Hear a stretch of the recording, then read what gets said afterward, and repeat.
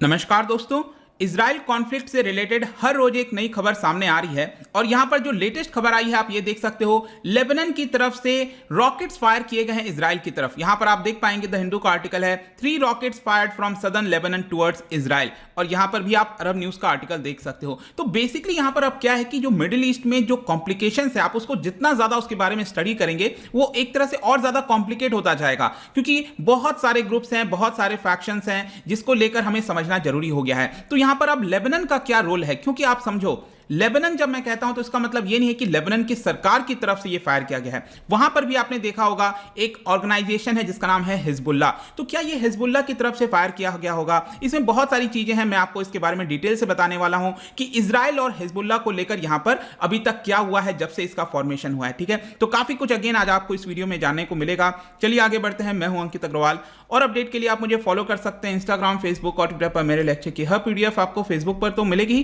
Plus साथ में आप मेरा टेलीग्राम चैनल ज्वाइन कर सकते हैं by searching Ankit Agrawal official. और जैसा कि आपको पता है यूपीएससी के एग्जाम्स आ रहे हैं, अगर आप अपनी प्रिपरेशन कर रहे हो तो आप हमारे कोर्स को ज्वाइन कर सकते हैं जहां पर हर एक चीज एक जगह उपलब्ध करा दिया जाता है।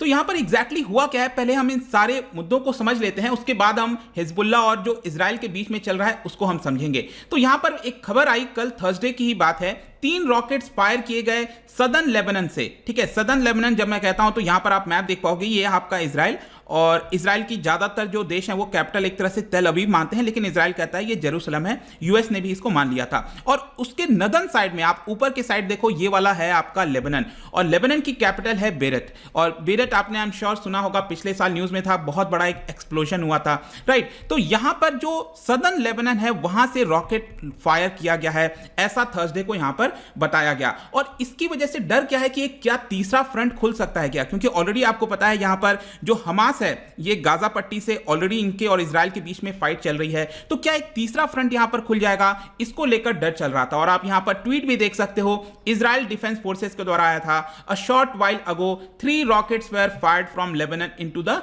Mediterranean sea off the coast of northern Israel. तो इसकी जो लोकेशन है वो भी आप समझो। यहां पर देखिए, ये आपको जूम इन मैप मिलेगा, ये वाला जो पूरा पार्ट है, और यहां पर आप ध्यान से देखिएगा गोलन हाइट्स। गोलन हाइट्स पहले भी मैं आपको बता चुका हूं, ये बेसिकली जो इजराइल है उसने जो 1967 में 6 डे की वॉर हुई थी वो यहां पर ले लिया था। तो आज के डेट में सीरिया के साथ बाउंड्री जो है वो आपका इजराइल का गोलन हाइट्स के साथ मिलता है। और उसके लेफ्ट हैंड साइड में आप देखोगे तो यहां पर सी ऑफ गैलिली है। ठीक है, और जो रॉकेट लॉन्च किया गया है आपको ध्यान रखना है, नौकुरा, ये जो एक जगह है, यहां पर एक टाउन है, शहर है लेबनान में एकदम सदर्न साइड, नौकुरा इसी के आसपास है, और इसी के ऊपर एक कोई जगह है, वहां से बताया जा रहा है कि जो रॉकेट्स है वो आपका मेडिटेरेनियन सी में लॉन्च किया गया होगा। और यहां पर एक पोर्ट सिटी है इजराइल का, हाइफा, आपने सुना होगा। ठीक है, हाइफा आपने सुना होगा, यहां पर ही एग्जैक्टली बताया जा रहा है कि इसी के पास कहीं ना कहीं लॉन्च किया गया होगा। अब एग्जैक्टली क्या चीजें हैं वो तो सबको पता नहीं चल पाती, लेकिन जो भी यहां पर खबर आई है वो मैंने आपको यहां पर बता दिया। अब देखिए क्या है कि ये जो रॉकेट है, ऐसा बताया जा रहा है कि ये समुद्र में जाकर शायद गिर गया था, इसकी वजह से वहां पर कोई सायरन नहीं बजा। क्योंकि अभी मैंने कुछ 2 दिन पहले एक वीडियो बनाया था आयरन डोम के बारे में, और आपको उसके अंदर मैंने बताया था कि आयरन डोम बेसिकली इस तरह वर्क करता है कि जो रडार सिस्टम है वो ट्रैक करता है कि कहां से रॉकेट आ रहा है, और रॉकेट को ट्रैक करता है कि देखता है कि क्या वो पॉपुलेटेड रीजन में गिरेगा, क्या वो इजराइल को कोई नुकसान पहुंचाएगा। अगर ऐसा कोई डर होता है तो वहां पर जो पूरा रीजन है इजराइल में, वहां पर सायरन बज जाता है ताकि लोग सेफ हो जाएं, और जो आयरन डोम का रॉकेट है वो लॉन्च होता है और उस पर्टिकुलर रॉकेट को डिस्ट्रॉय कर देता है। लेकिन क्योंकि यहां पर ऐसा कोई डर नहीं था, क्योंकि ये मेडिटेरेनियन सी की तरफ जा रहा था, तो इसी की वजह से ऐसा कुछ नहीं हुआ। तो इसकी वजह से कोई चोट तो नहीं आई, लेकिन यहां पर प्रश्न उठता है कि ये कौन रिस्पॉन्सिबल है, क्योंकि लेबनान की तरफ से रॉकेट लॉन्च करना मतलब ऑब्वियस सी बात है, हम तीसरे कंट्री की बात कर रहे हैं। तो अभी के लिए जो बेरत है, जो लेबनान है, उनकी तरफ से कोई कमेंट तो नहीं आया था, और एग्जैक्टली यहां पर क्लियर भी नहीं है कि रिस्पॉन्सिबल कौन होगा, क्योंकि जो पूरा सदर्न आपका मैंने आपको दिखाया, ये जो सदर्न वाला पार्ट है लेबनान का, वो होम टू पैलेस्टीन, कुछ पैलेस्टीनियन मिलिटेंट्स भी वहां पर रहते हैं ऐसा बताया जाता है, और हिजबुल्लाह का कंट्रोल तो है ही है वहां पर। ठीक है, तो यहां पर सबसे पहले हम थोड़ा सा हिजबुल्लाह और जो इजराइल है उसका क्या रिलेशन रहा है वो हम समझ लेते हैं, तो आपको सारी चीजें लगभग क्लियर हो जाएंगी और कंक्लूजन भी आपको एकदम क्लियर हो जाएगा कि एग्जैक्टली क्या चल रहा है। तो हिजबुल्लाह का थोड़ा सा हमें पहले बैकग्राउंड जानना होगा कि एग्जैक्टली है क्या ये हिजबुल्लाह। तो ये एक शियाइट मुस्लिम पॉलिटिकल पार्टी है, मिलिटेंट ग्रुप भी बताया जाता है, इनके द्वारा सोशल सर्विस सर्विस भी किया जाता है, मतलब बहुत सारी चीजें इसके द्वारा की जाती हैं। लेकिन याद रखिएगा शियाइट मुस्लिम है, और मिडिल ईस्ट के अंदर जब भी आपको किसी ग्रुपिंग को समझना हो ना, तो आप उसको शियाइट या सुन्नी में करके डिवाइड करके भी देख सकते हो, क्योंकि जब शियाइट मुस्लिम है तो आप इमेजिन कर सकते हैं कि कौन सा देश इसको सपोर्ट करेगा। जी हाँ, आपने सही सोचा, ईरान के द्वारा इसको सपोर्ट दिया जाता है, क्योंकि ईरान भी एक शियाइट मुस्लिम कंट्री है, मेजॉरिटी कंट्री है। तो यहां पर क्योंकि जो हिजबुल्लाह है वो शियाइट मुस्लिम से बिलोंग करते हैं, इसलिए ईरान के द्वारा सपोर्ट किया जाता है। लेकिन लेबनान के अंदर आप देखोगे तो इनका काफी बड़ा रोल है, पॉलिटिकल पार्टी के तौर पर सोशल सर्विसेज भी करते हैं, जिसकी वजह से कई बार इनको बोला जाता है a state with in a state. ठीक है, एक अपने आप में ही उनकी रूलिंग चलती है और काफी लोग इनको सपोर्ट करते हैं। लेकिन ये स्टार्ट कैसे हुआ, मैं आपको बताऊं, 1975 में लेबनान के अंदर एक सिविल वॉर छिड़ गया था, काफी ज्यादा।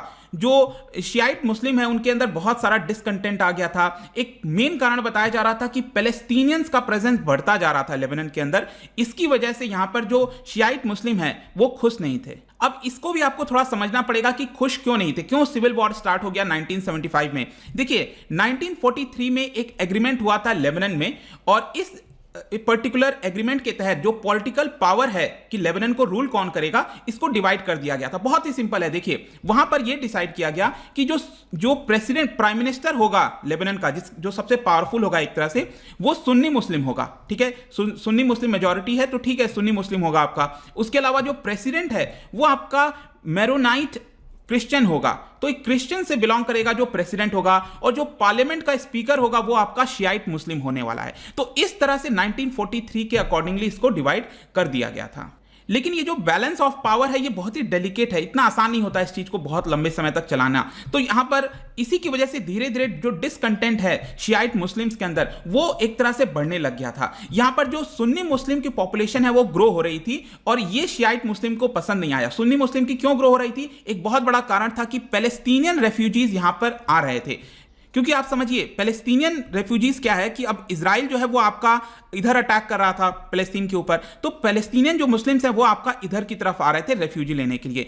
तो यहां पर क्या हुआ कि शियाइट मुस्लिम को पसंद नहीं आ रहा था कि ये इनकी पॉपुलेशन बढ़ रही है सुन्नीस की, और इसके अलावा उनको एक और चीज नहीं पसंद आ रही थी कि जो क्रिश्चियंस हैं, क्रिश्चियन जो माइनॉरिटी में है वो हमको रूल कर रहे हैं, क्योंकि मैंने आपको बताया था ना यहां पर कि प्रेसिडेंट का पद जो है वो क्रिश्चियन के पास रहेगा। तो यहां पर इनको भी ये चीज पसंद नहीं आ रहा था। अब यहां पर क्या होता है कि सिविल वॉर के समय ही इजराइल की भी एंट्री हो जाती है। अब आप खुद सोचो इजराइल क्यों एंटर करेगा, क्योंकि इजराइल का यह कहना था कि देखिए हमारी बाउंड्री यहां पर टच करती है, जो नदन बाउंड्री है इजराइल की वो लेबनान के साथ टच करती है। और यहां पर क्या हो रहा था, धीरे धीरे जो पैलेस्टीनियन मिलिटेंट्स हैं उनका ग्रोथ बढ़ रहा था, और इसकी वजह से वो इस लैंड का सहारा लेकर इजराइल के ऊपर अटैक करते रहते थे। तो यहां पर जो इजराइल है वो 1978 और 1982 में एंटर कर जाता है, और उनका मेन कहना था कि हम यहां पर जो पैलेस्टीनियन मुस्लिम्स हैं उनको यहां पर खत्म करेंगे।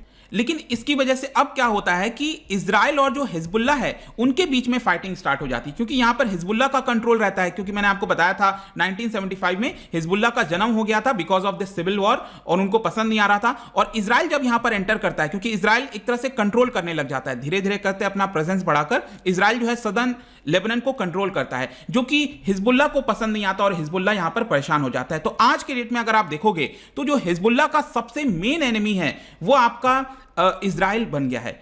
और 1978 के बाद से हिजबुल्लाह ने बहुत सारे अटैक्स कराए हैं, जैसे फॉरेन में भी अगर आप देखिए तो यहां पर जो जूइश कम्युनिटी है, एक कार बॉम्बिंग अटैक हुआ था 1994 में अर्जेंटीना में, जिसमें 85 लोगों की जानें गई थी। लंदन के अंदर जो इजरायली एम्बेसी है वहां पर बॉम्बिंग कराई गई थी। इस तरह के बहुत सारी चीजें देखने को मिली थी। फाइनली जाकर ईयर 2000 में 2000 में जो इजराइल है, ईयर 2000 में जो इजराइल है वो वहां से ऑफिशियली विड्रॉ कर जाता है। ठीक है, तो ये भी एक इंपॉर्टेंट पहलू है। लेकिन विड्रॉ करने का ये मतलब नहीं है कि हिजबुल्लाह और इजराइल के बीच में जो फाइटिंग है वो रुक जाती है, वो जारी रहती है। और 2006 में एक बहुत बड़ा वॉर छिड़ जाता है। तो 2006 एक ऐसा समय था जब इजराइल और हिजबुल्लाह के बीच में काफी बड़ी फाइटिंग देखने को मिली थी, बहुत सारी जाने गई थी, कई सारे रॉकेट जो है वो इजरायली टेरिटरी के अंदर दागे गए थे, जिस तरह का आज हम माहौल देख रहे हैं।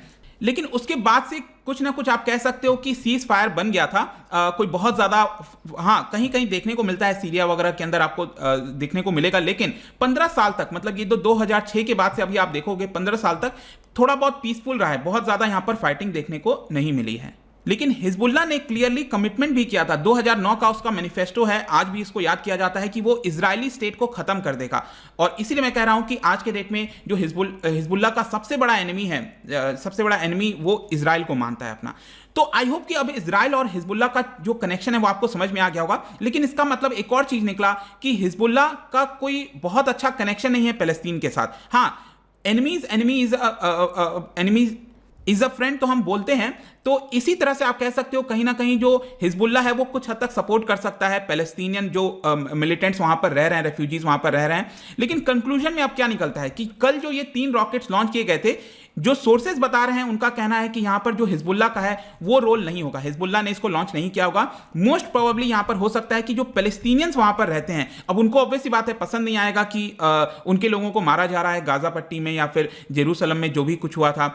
इसी की वजह से मोस्ट प्रोबेबली हो सकता है कि पैलेस्टीनियन जो फैक्शंस है लेबनान के अंदर, उनके द्वारा ये जो रॉकेट है वो आपका लॉन्च किया जा सकता है। लेकिन ये सारी चीजें तो हो रही हैं, बस आगे देखने वाली बात होगी कि क्या ये जो पूरा वॉर है क्या ये फर्दर एक्सटेंड होता है, क्योंकि आपको पूरा मैप अगर आप देखोगे तो इजराइल के चारों तरफ आपको अरब देश देखने को मिलेंगे, और यहां पर सीरिया हो गया, जॉर्डन हो गया, इजिप्ट हो गया। तो अभी के लिए तो जो गाजा पट्टी है, जो आपके हमास है, पैलेस्टीनियंस हैं, उन्हीं के बीच में फाइट चल रही है। अगर ये फर्दर बढ़ जाता है तो इस पूरे रीजन के लिए काफी बड़ा खतरा होगा। तो आशा करते हैं कि जल्दी से चीजें यहां पर ठीक हों। बट आई होप कि इस वीडियो के माध्यम से आपको काफी कुछ जानने को मिला होगा, जो पूरा स्ट्रक्चर है, पावर स्ट्रगल है वहां पर।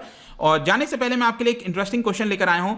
अगर आप मेरे वीडियोस को अच्छे से लगातार देख रहे हो तो आई एम श्योर ये आपको पता चल जाएगा कि जो इजराइल बनाया गया था 1948 में, इजराइल पैलेस्तीन अलग अलग चीजें हो रही थी, तो उसके पहले वो जो एरिया था वो किसके कंट्रोल में था? ठीक है, वैसे आप देखोगे तो स्टार्टिंग में जो कंट्रोल है वो आपका ओटोमन एम्पायर का हो गया था। ठीक है, उसके बाद किसके कंट्रोल में आया था आपको ये बताना है, मतलब जस्ट इजराइल बनने के पहले वो एरिया किस कंट्रोल में था 1948 के पहले, ये आपको बताना है। इसका जो राइट आंसर है आपको पता ही है, मेरे इंस्टाग्राम पर तो मिलेगा ही। अगर आप वहां पर नहीं हो कोई बात नहीं, टेलीग्राम से ले सकते हैं। मैं कई सारे एमसीक्यूज यहां पर डालता रहता हूं, स्टोरीज के फॉर्म में आप जाकर प्ले कर सकते हो। अगर आप मुझसे इकोनॉमी पढ़ना चाहते हैं, कोई भी कोर्स परचेज करना चाहते हैं, स्टडी IQ ऐप पर जा सकते हैं। आई होप की वीडियो आपको पसंद आया होगा। मिलता हूं आपसे next time. Till then, thank you very much, see you soon.